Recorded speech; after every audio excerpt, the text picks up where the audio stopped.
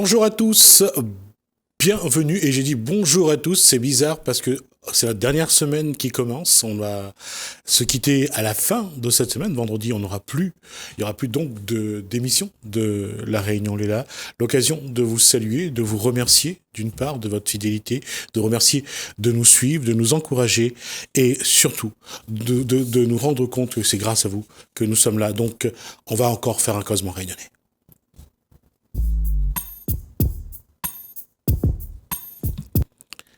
Et c'est aussi grâce à elle, Gaëlle Guiton, bonsoir. Bonsoir. Et là, je vais dire bonsoir, ça va ? Oui, ça va très bien.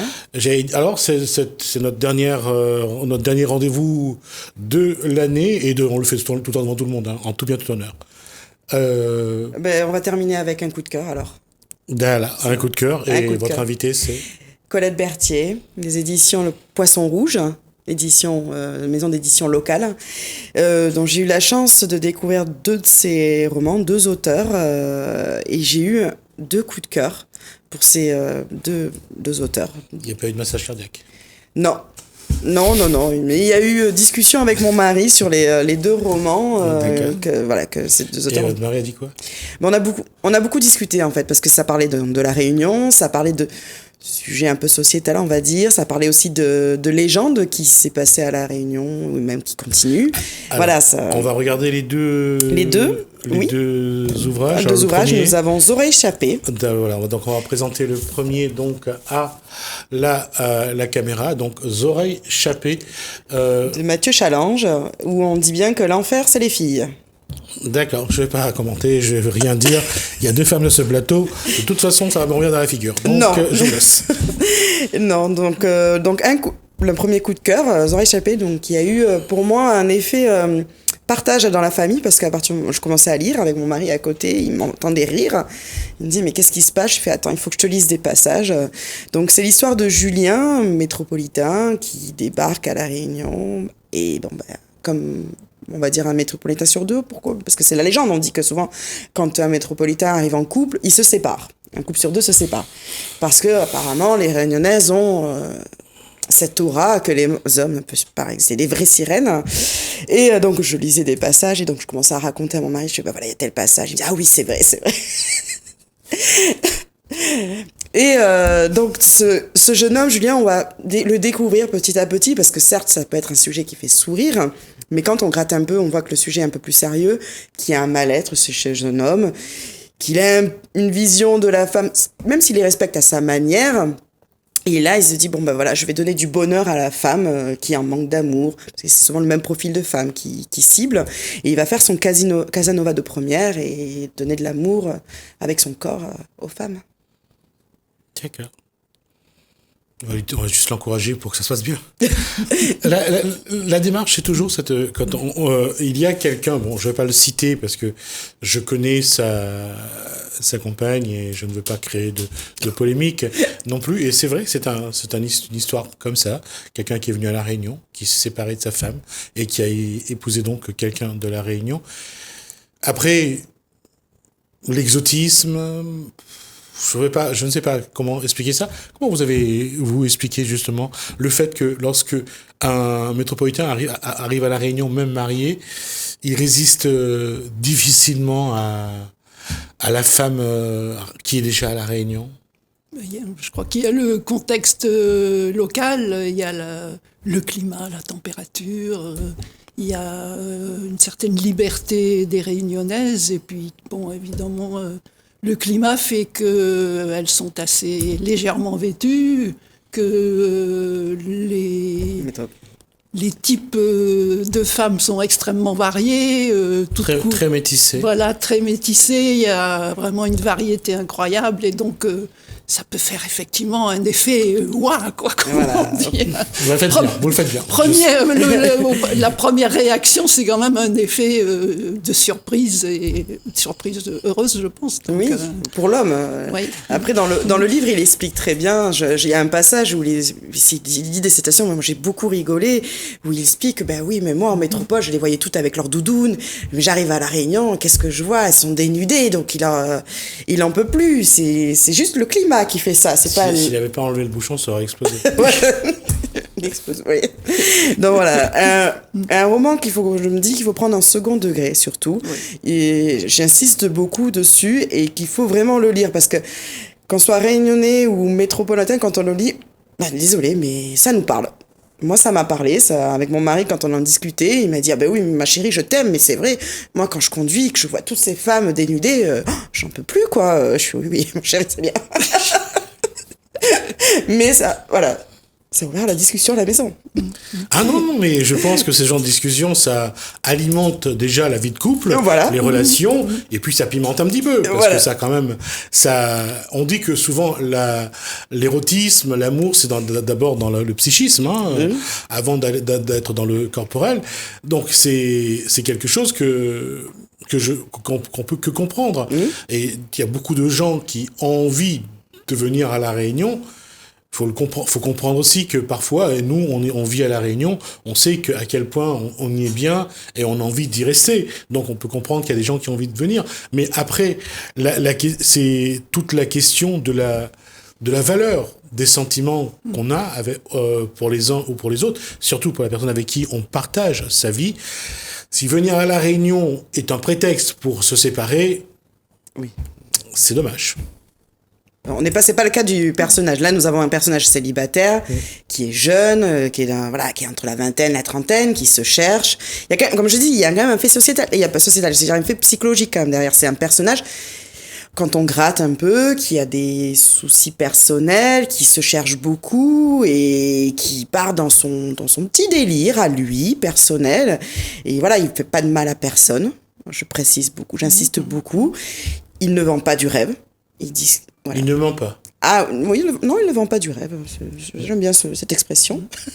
Il ne ment pas à la personne qui est en face de lui. Et alors voilà, certes, une femme le lit va être amenée à le juger, le traiter de tous les noms.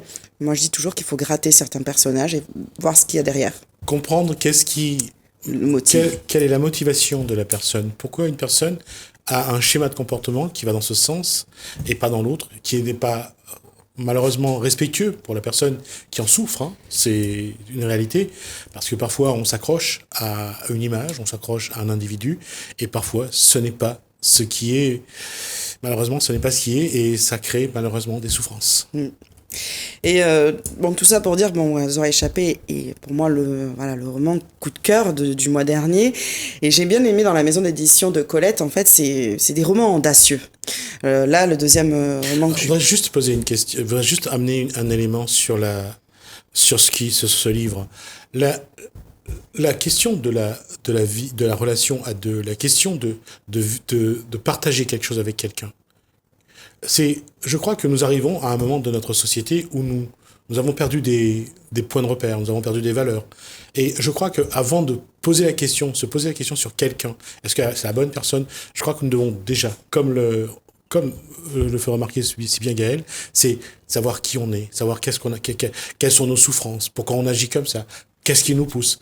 Et ça, c'est important. Et c'est pour ça que ce livre est intéressant. C'est parce qu'il y a au moins, si j'ai bien entendu Gaël, c'est la remise en cause. Oui, la remise en cause. Le fait d'ouvrir, de voir autre chose, de pas juger. Moi, je pars du principe qu'un livre nous ouvre à l'empathie et à la tolérance. Plus on lit de livres variés, divers, plus on voit des choses différemment sans sortir de chez soi. Et plus on est ouvert à la tolérance, à découvrir des choses qu'on ne maîtrise pas, qu'on ne voit pas. Et dans Auraient Échappé, certes, le sujet au départ paraît peut-être drôle, mais ça touche un sujet sensible, ça touche ce que certains hommes aussi qui viennent en métropole, ils se disent « Oh là là », parce que la Réunionnaise a une réputation. Non, il faut arrêter là. Redescendez sur terre. C'est des femmes avant tout. Et il faut arrêter les fantasmes. Voilà. Deuxième très belle découverte aussi, donc Vincent Constantin nous propose 8 nouvelles sur des légendes, des cultes, un peu sur l'obscurantisme. L'homme coq, ça fait pendant un moment la une d'un des 2 quotidiens de La Réunion. Ça a été une histoire inventée. Ça a été d'abord une rumeur que le rédacteur en chef de l'époque a saisi et a monté en mayonnaise, donc a monté tout en mayonnaise. La mayonnaise en neige, et ça a permis de raconter pendant un moment une histoire qui a, même aujourd'hui, je pense qu'il y a des gens qui croient toujours à cette histoire.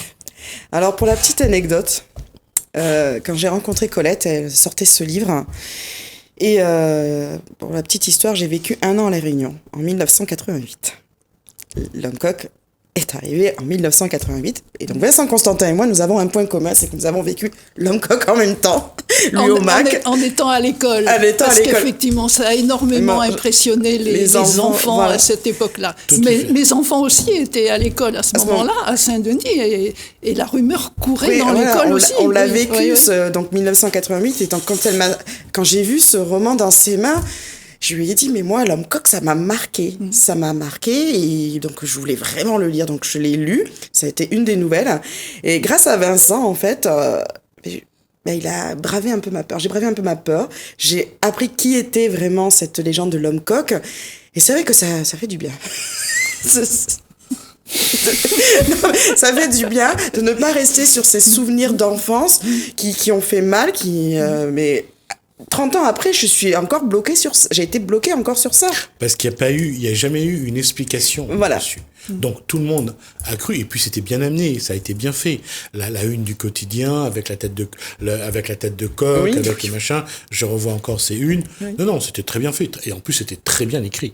Donc félicitations à ceux qui ont monté cette... Mais il y a une légende derrière l'homme coq. Et c'est ce qu'explique Vincent Constantin. C'est ça que j'ai aimé chez lui. C'est qu'il explique d'où vient l'homme coq. Et l'homme coq vient d'où ? Il faudra lire. Voilà. Oui, il faut lire. Il faut lire. Oui. Je ne vais pas le dire. Je vous invite vraiment à découvrir les nouvelles de Vincent Constantin. Bon, certes, ça parle beaucoup d'obscurantisme, de croyances, un peu, de la bébête, les bébêtes. Ouais, mais ça met les mots sur des choses dont on a peur. Et voilà. Certes, c'est noir, mais ça met les mots dessus. Ça enlève la peur. Oui. Et il faut ajouter que Vincent écrit directement en créole. Il ne conçoit pas d'écrire autrement qu'en créole. Et ensuite, il traduit en français. C'est vrai, c'est en bilingue. Et donc, le livre est bilingue. Et les pages sont en vis-à-vis. D'un côté, on a le texte créole et de l'autre, le texte français. Et souvent, les créoles qui lisent n'ont pas toujours l'habitude de lire le créole. Et donc, ils lisent, et ça leur fait vraiment plaisir de lire. Quand ils sont un peu perdus, ils passent au français, ils récupèrent le sens et ils reviennent au créole. C'est un paradoxe, mais on sait bien que le créole, c'est une langue orale. L'oralité, ça a toujours été ce qui a porté le créole. Et c'est vrai, de l'écrire depuis les années 70, c'est une difficulté. Et ça a même créé des tensions, ça a fait des ruptures entre des individus, parce que chacun pensait que c'était sa méthode ce qu'il proposait, qui était la bonne. Et entre nous, écrire en créole, je ne pense pas qu'il y ait vraiment qu'il y a un orthographe pour écrire du créole. Chacun écrit ce qu'il entend, et puis voilà, quoi. Un peu comme en bande dessinée, les onomatopées. Prochain livre. Alors, je vais laisser Colette présenter ses autres livres. Voilà, ses coups de cœur, pourquoi pas. Oui. Bon, je suis là. Oui, donc nous avons édité un grand classique qui est des poèmes de Lecomte de Lille. Mais donc c'est un choix de poèmes qui privilégie les poèmes inspirés de la Réunion, de tous les pays tropicaux, des cultures anciennes, donc l'Inde, toute la culture islamique, la culture de Polynésie aussi, de Malaisie. Donc c'est Lecomte de Lille vu du côté réunionnais, tropical et exotique. Alors, c'est la question à chaque fois que je me pose, parce qu'à chaque fois, j'oublie ce que c'est le manchi. Alors, le manchi, c'est un lit à porteur. Voilà, j'ai justement ça. Et ça, c'est incroyable. J'arrive pas à retenir ça. Et j'ai vu les photos, parce qu'il y a des photos. Et le manchi. Et c'est cette première phrase à chaque fois qui marche. Vous tombez tout de suite sur le manchi. Ah non, mais j'étais cherché. Ah oui. Il y a le manchi et le bernica. C'est les deux que je... Sous un nuage frais de claire mousseline, tous les dimanches au matin, tu venais à la ville en manchi de rotin par les rampes de la colline. Et si je vous pose la question, est-ce que vous savez pour qui Lecomte de Lille a écrit ce poème ? C'est Je pour ça- pense que C'est pour sa cousine. c'était sa cousine. C'était sa cousine. Oui. Et qui n'a pu, justement, il n'a fait que déclarer sa flamme, et c'est un amour qui est resté... Sens unique. Parce qu'elle Ah, elle est morte très ouais. jeune. Elle est morte. Ah non, c'est pas à sens unique. Je pense qu'elle était amoureuse de lui Ouais, aussi. d'accord, Mais après, ben voilà, il y a la vie qui décide des choses, et parfois. Alors là, je cherche le Bernica, je trouve plus. Comme quoi. Et ça, c'est le poème qu'on apprend aux élèves à l'école. Je sais pas pourquoi, c'est le poème qui retient. Et là, je vous donne le premier strophe. Perdu sur la montagne, entre deux parois hautes, il est un lieu sauvage. Ça, c'est la phrase que tout le monde retient. Je veux dire, vous demandez à quelqu'un de vous... C'est la première phrase que tout le monde... Et ça, c'est juste pour dire que, d'une façon ou d'une autre, c'est difficile parfois de définir la Réunion. Mais il y a des choses comme les poèmes de Lecomte de Lisle, ça fait partie du paysage réunionnais. En Absolument. tout cas, Absolument. bravo et d'avoir... Et donc, il faut dire aussi que Lecomte de Lisle a beaucoup écrit sur la nature et sur les animaux, avec un esprit qui est très proche de l'approche écologique qu'on a maintenant. Il était vraiment déjà inquiet sur le devenir de la nature. Ouais. C'est un garçon qui a beaucoup souffert aussi, parce que son père était un homme qui voyageait beaucoup, qui était quelqu'un qui travaillait beaucoup, et un homme affame également. Ouais. On y revient. On y revient. Et son fils a été vraiment le pendant. C'est l'homme qui était très à l'écoute des autres, qui regardait la nature, voilà, c'est un petit peu là, à chaque fois, quand on a un individu qui est comme ça, l'autre qui arrive en face, est un petit peu l'opposé quelque part. Voilà. Donc pour ceux qui ont l'occasion de revisiter l'île de la Réunion, c'est l'occasion. Absolument. Je ne peux que confirmer et inciter tout le monde à lire Lecomte de Lisle. Qu'est-ce que nous avons comme autre... Bien donc, parmi les publications récentes, il y a l'histoire de la dernière reine de Madagascar, Ranavalona III. Comment Ranavalona. Je crois qu'à La Réunion, on l'appelait la reine Ranavalo. D'accord. C'est bon, la laine, on dit bien ça, ou on rend des bêtises Non, en malgache, ça ne sonne pas du tout comme ça. Non, je consulte ma consultante en malgache qui est à la régie. Merci, la laine. Donc, Rana Valona, là, je vais dire une autre bêtise. Voilà, donc, c'est la dernière reine, je crois. C'est la dernière reine, oui. Alors, je retiens toujours cette histoire parce que c'est la reine qui n'a pas accepté les religieux catholiques à Madagascar. Ce n'est qu'après elle que les religieux catholiques sont venus à Madagascar. Donc, voilà. Elle était protestante, elle était dans l'église protestante. Ah, d'accord, ok. Le protestantisme, en tout cas, a aussi une bonne place à Madagascar. Et il y a quelques jours, on a eu le jubilé d'un pasteur donc protestant. Ça a été un très grand moment. Religieux et pour Madagascar également. Autre chose ? Donc dans la série malgache, il y a aussi de la poésie orale de Madagascar, poésie ancienne. Et donc, Parole de Kabari. Voilà, Parole de Kabar. Ah, le Kabar, déjà. Parole de Kabar. Ouais, comme quoi, je suis vraiment J'ai bien du sang malgache, mais c'est tout ce que j'ai. C'est un art de la parole très ancien et très pratiqué encore, je crois. Et donc, dans ce livre, il y a des extraits qui sont présentés en malgache, traduits en français, et également pour une partie en créole réunionnais. Et on voit qu'on retrouve des textes bien connus à La Réunion, comme par exemple « On ne fait pas la boue avant la pluie ».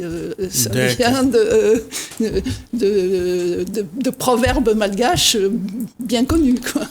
D'accord. En tout cas, je vous remercie. Alors, je vais juste me rappeler votre nom, parce que j'ai totalement oublié. Je m'appelle Colette Berthier. Colette Berthier, merci.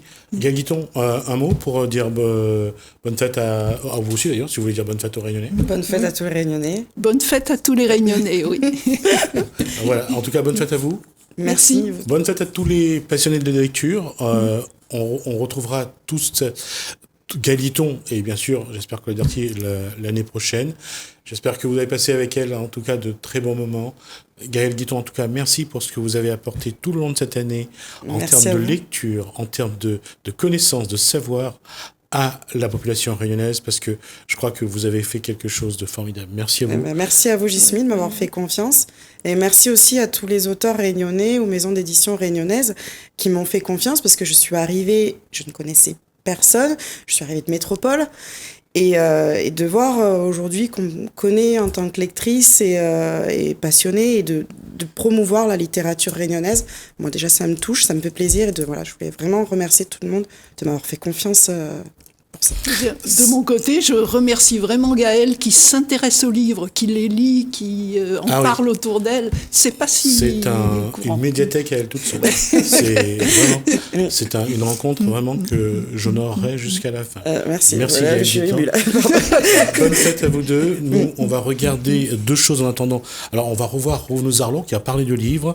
Après, on va écouter Yves Ferrière qui est vice-président de la CINOR, qui va nous parler des projets qui ont été faits. On regarde le COSAIDI. On se retrouve juste après.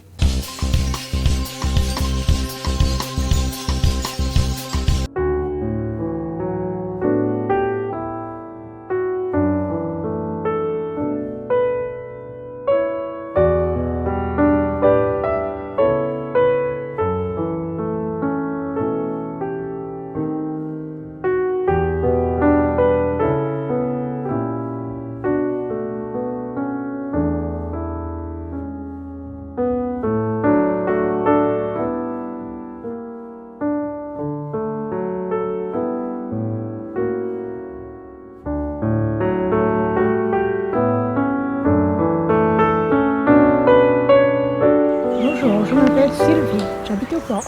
Je vais vous parler du livre Abandonné. C'est un livre de la collection de France Loisirs, écrit par Judy Westmaster.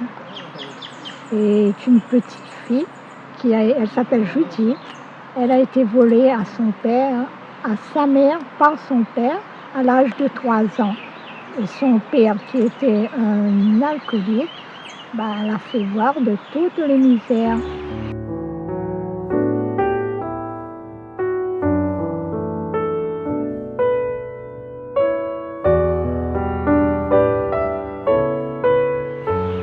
Elle a dû vivre comme un animal, en vivant de la nourriture dans les poubelles et à dormir à même le sol.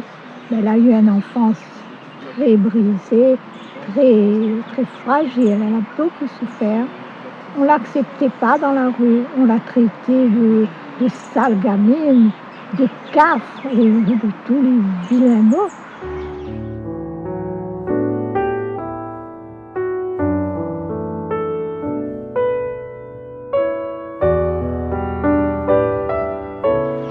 Elle a pris courage.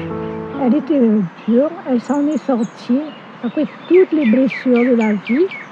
Elle a travaillé pendant longtemps dans un cirque et puis elle a voulu s'occuper des enfants de la rue en Afrique du Sud, ce qui l'a valu elle a eu des médailles, des honneurs et tout pour ça. Et moi j'ai bien aimé lire cette histoire parce on voit la souffrance des autres, la méchanceté des parents. Je ne comprends pas pourquoi les parents peuvent faire souffrir aussi des enfants. Mais c'est vraiment abominable. Elle a beaucoup souffert, cette petite fille, mais avec le courage, la force, elle s'en est sortie. Et je me suis un peu retrouvée dans cette histoire, enfin pas tout à fait pareil, mais moi j'ai vécu avec un petit père depuis l'âge de 5 ans. Il était méchant aussi, donc j'ai beaucoup souffert de mon enfance. C'est pour ça. J'ai bien aimé cette histoire et je commande aux autres de lire cette histoire abandonnée. Ça va beaucoup nous rapporter. Moi, ça m'a beaucoup rapporté, mais si les autres veulent bien lire, il faut l'acheter et lire.